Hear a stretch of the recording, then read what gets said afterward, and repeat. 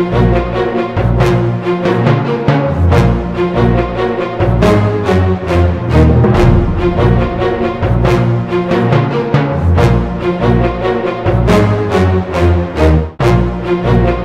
am Lieutenant Commander Aldon Jasper, the Operations and Training Officer at Defense Force Headquarters. On behalf of the Chief of Defense Staff, Major General Kenrick Maraj, I welcome you to the Defense Force Headquarters to participate in this subject matter expert exchange, which is hosted by the Trinidad and Tobago Defense Force and the Delaware National Guard. The aim of this training workshop is to exchange best practices in emergency operations center operations, post-incident recovery, and disaster preparedness management between the Delaware National Guard, Trinidad and Tobago Defense Force, ODPM, NOC, and TEMA. Thank you all for having us here. It is indeed a pleasure and an honor to be here with you for this exchange. As mentioned earlier, especially over this past year with, if you've seen in the news, the number of snowstorms that we've had in the U.S. this year, we've had a lot of practice in implementing our plans. And just in this past weekend, we did another exercise to exercise our plan, update our plan, and change it as we believe is necessary. And that is one of the keys to me. There's two things that I think are the most important in emergency and disaster management. Never being satisfied with your plan, always trying to make it better. And what I learned in one of the classes that I went to, at least in our culture, sometimes we're just strictly business. But the most important thing, particularly the higher in the ranks that you go, relationships are most important. When an event occurs is not the time to get to know somebody. You have to be able to develop those relationships in advance, because many, many times things get done because we pick up a phone and call someone and ask for help. And so, as mentioned, please ask any questions. If we don't have the answer right away, we will get the information for you as quickly as we possibly can. And that's about all I have for now.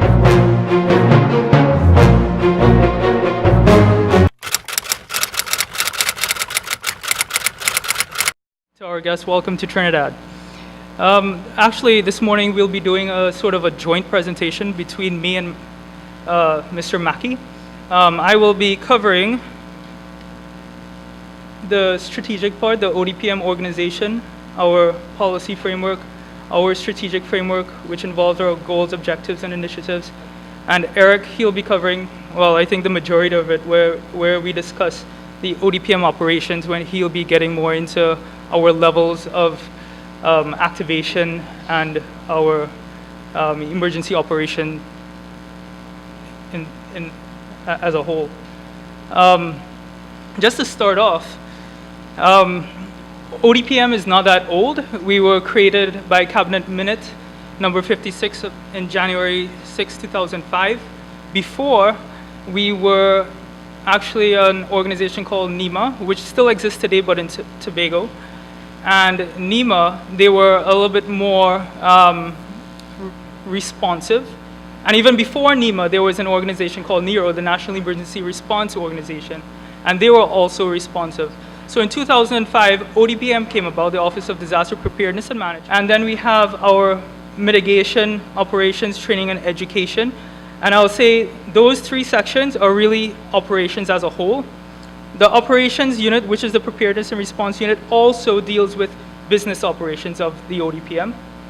And then we have the support services, support units, I should say, the corporate services and the project management units.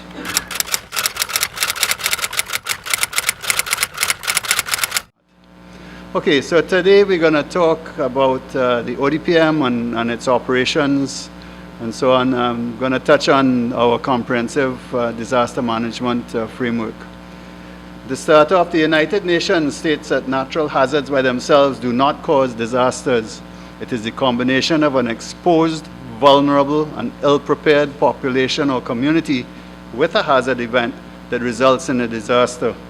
And that comes out of the UN ISDR briefing note from 2008. So comprehensive disaster management in Trinidad and Tobago. The objectives, we have the hazards and disasters. We're going to talk about that.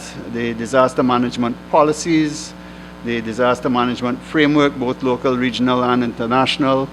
The national response framework, our levels 1 to 3, 1 being the lowest and 3 the highest for us. And the ODPM structure and activities. So what is a hazard? Well, I think I'm preaching to the converted at this point, but anyway, a hazard is a dangerous phenomenon, substance, or human activity or condition that may cause a loss of life, injury, or other health impacts, property damage, loss of livelihoods and services, social and economic disruption, or environmental damage.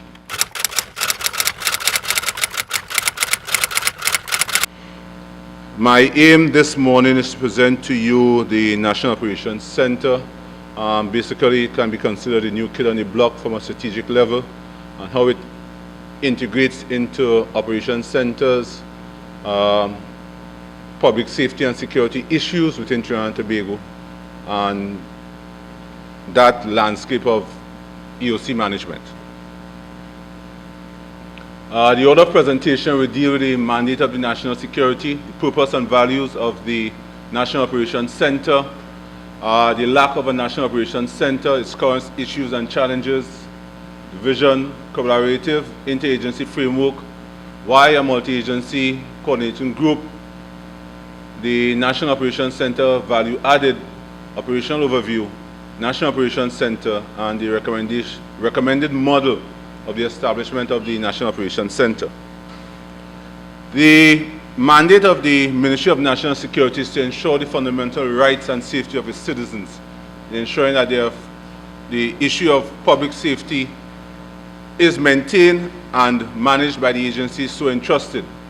In 2013, the ministry launched a program called A Country to Defend, which was the launching pad for a multifaceted approach to security and public safety issues, became focused on these issues and ensuring that there was a structured and coordinated approach to national security and national safety issues, encompassing of all of government and all of country, private and public approach.